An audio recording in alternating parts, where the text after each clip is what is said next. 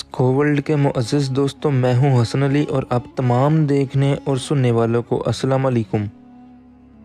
ناظرین گرامی، ہم جانتے ہیں کہ البرٹ آئنسٹائن اس دنیا کے سب سے بڑا جینیس تھا۔ اتنا جینیس کہ وہ ہزاروں سائنسدانوں سے اکیلا ہی دماغ لڑا سکتا تھا۔ جو چیز ہم سمجھنا تو دور کی بات سوچ بھی نہیں سکتے، اس چیز کو آئنسٹائن نے سوچا بھی، سمجھا بھی اور اس دنیا کے لیے آسان بھی بنایا۔ البرٹ آئنسٹائن ایک فزسٹ تھے اور انہوں نے تھیوری آف ریلیٹیوٹی E=mv² کے علاوہ فوٹو الیکٹرک ایفیکٹ کے مختلف قوانین بنائے اور اسی وجہ سے ان کو نوبل پرائز سے بھی نوازا گیا۔ ان کی ایکسٹرا آرڈینری سوچنے کی سمجھنے کی صلاحیت کو دیکھ کر لوگ یہ سمجھتے تھے کہ ان کے پاس ایک اسپیشل برین ہے جو ہم عام انسانوں سے کافی زیادہ مختلف ہے۔ اس بات کا خود آئنسٹائن کو بھی اندازہ تھا، اسی وجہ سے وہ یہ نہیں چاہتے تھے کہ مرنے کے بعد ان کی باڈی کے کسی بھی حصے پر ریسرچ کی جائے، بلکہ انہوں نے تو یہ انسٹرکشن دے رکھی تھی کہ مرنے کے بعد ان کی باڈی کو جلا کر راکھ کر دیا جائے۔ لیکن پھر بھی وہی ہوا جن کا آئنسٹائن کو ڈر تھا۔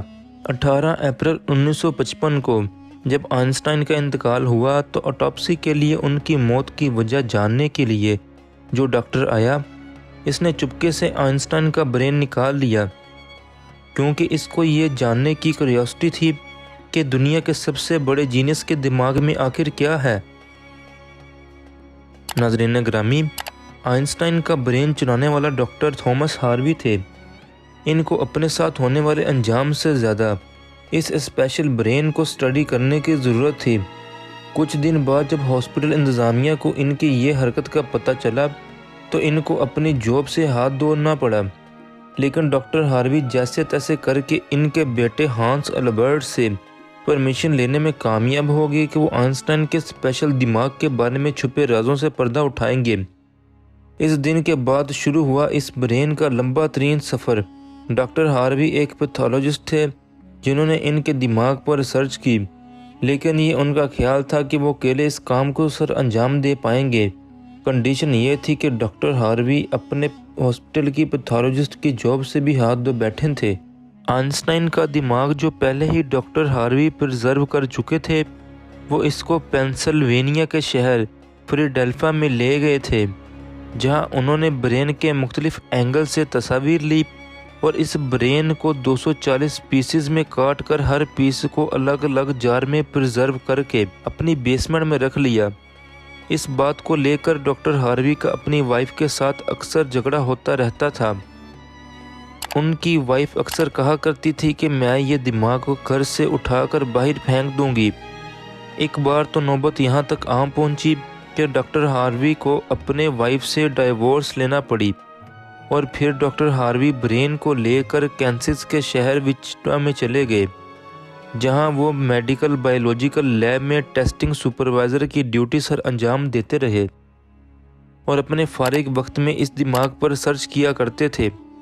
اس کے بعد وہ مختلف شہروں میں جاب کر کے اور برین پر اسٹڈی کرتے رہتے۔ کئی سال گزر گئے، لیکن ڈاکٹر ہاروی کو ان کے دماغ پر کچھ خاص ریسرچ نہ کر سکے اور الٹا ان کا میڈیکل لائسنس بھی معطل کر دیا گیا، اور نوبت یہاں تک آ پہنچی کہ انہیں پلاسٹک کی فیکٹری میں جاب کرنا پڑی۔ تب ہی انہوں نے ایک اچھا فیصلہ کیا اور آئنسٹائن کے دماغ کے پیسز دنیا بھر کے الگ الگ سائنٹسٹ کے پاس ڈیٹیل ریسرچ کے لیے بھیج دیے۔ 1985 کو برین چوری ہونے کے 30 سال بعد ایک سٹڈی کو پبلش کیا گیا۔ اس کے بعد اگلے 28 سال میں دنیا بھر کے نیورو پیتھولوجسٹ نے سٹڈی پیش کی، جس میں بتایا گیا کہ آئنسٹائن کا برین عام انسان کے برین سے کافی ڈیفرنٹ تھا۔ سب سے بڑا ڈیفرنس ان کے کارپس کیلوسم نامی حصے میں پایا گیا۔ یہاں یہ جاننا ضروری ہے کہ انسانی دماغ دو الگ الگ حصوں میں تقسیم ہوتا ہے۔ انسان جو بھی کام کرتا ہے وہ برین کے ایک حصے میں پروسیس ہوتا ہے اور پھر دوسرے حصے میں جاتا ہے۔ لیفٹ برین ہمارے رائٹ حصے کو کنٹرول کرتا ہے، جبکہ رائٹ برین ہمارے جسم کے لیفٹ حصے کو کنٹرول کرتا ہے۔ فرض کریں آپ کمپیوٹر پر کی بورڈ سے ٹائپنگ کر رہے ہیں، آپ کے رائٹ ہینڈ کو لیفٹ برین کنٹرول کر رہا ہے اور لیفٹ ہینڈ کو رائٹ برین۔ اگر آپ کے لیفٹ ہینڈ سے کوئی مسٹیک ہوتی ہے تو آپ کا رائٹ ہینڈ اس کو اریز کرتا ہے، یعنی کہ رائٹ برین لیفٹ برین کی جانب سے سگنل آتے ہیں اور وہ اس مسٹیک کو اریز کرتا ہے۔ ان دونوں برین کو جو چیز آپس میں جوڑتی ہے وہ کارپس کیلوسم کہلاتی ہے، اور آئنسٹائن کا کارپس کیلوسم عام انسانوں کے نسبت کافی بڑا تھا، یعنی کہ ان کا رائٹ اور لیفٹ برین میں بہت اچھا کنیکشن تھا، جس کی وجہ سے ان کی امیجینیشن اور پرابلم سولونگ کافی اچھی تھی۔ اس کے علاوہ البرٹ کے برین میں پیٹرن بھی دوسروں کے برین سے کافی مختلف تھا، اور سائنسدانوں کا ماننا تھا اسی وجہ سے ان کا نیورونز کا فلو بہت زیادہ تھا۔ نیورونز کے زیادہ فلو ہونے کا مطلب ہے کہ ان کے میتھمیٹیکل کیلکولیشن کو سولو کرنے کی پاور کافی زیادہ تیز ہونا۔ Albert Einstein complex mathematical problems کو بغیر پیپر اور پین کے سولو کرنے کی طاقت رکھتے تھے۔ نیورونز کے تیز ہونے کی ایک اور بھی وجہ بتائی گئی۔ جب آئنسٹائن کے برین کا وزن کیا گیا تو وہ محض 1230 گرام تھا، جبکہ عام انسان کے دماغ کا وزن 1 کلو 400 گرام ہوتا ہے۔ سائنسدانوں کا ماننا تھا کہ ان کے دماغ کی وین کافی زیادہ باریک تھی، جس کی وجہ سے نیورونز کا فلو زیادہ تھا۔ لیکن سوال ابھی بھی وہی تھا، کیا البرٹ آئنسٹائن اپنے اسپیشل دماغ کے ساتھ پیدا ہوئے یا اس میں بعد میں چینجز آئی؟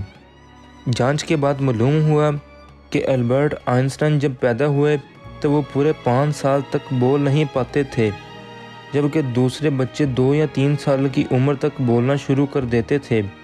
جب انہوں نے بولنا بھی شروع کیا تو وہ زیادہ بولنا پسند نہیں کرتے تھے، بلکہ اپنی سوچوں میں گم رہتے۔ ان کے پاس چیزوں کو میمورائز کرنے کی پاور بھی بہت کم تھی، یہاں تک کہ انہیں سمپل میتھ کے ٹیبل بھی یاد نہیں ہوتے تھے۔ وہ میتھس اور نمبر کو لاجیکل طریقے سے پروسیس کرنے کے ماسٹر تھے، نہ کہ ان کو رٹا لگانے کے یا یاد کرنے کے۔ اسکول لائف میں آئنسٹائن اکثر دوسرے سبجیکٹ میں فیل ہوا کرتے، لیکن میتھ اور سائنس وہ واحد سبجیکٹ تھے جن میں وہ کلاس سے فرسٹ آتے تھے۔ جب البرٹ آئنسٹائن تقریباً 12 سال کے تھے تو تب ان کے ہوم ٹیوٹر اپنی جیومیٹری کی کتاب ان کے گھر بھول گئے تھے۔ حیرانگی کے طور پر آئنسٹائن صرف ایک ہی دن میں وہ کتاب پڑھ کر اپنی پوری جیومیٹری کے کنسیپٹ کلیئر کر لیے۔ نہ صرف یہ کہ وہ محض 14 سال کی عمر میں انٹیگرل اور ڈیریویشن کے ماسٹر بن گئے تھے۔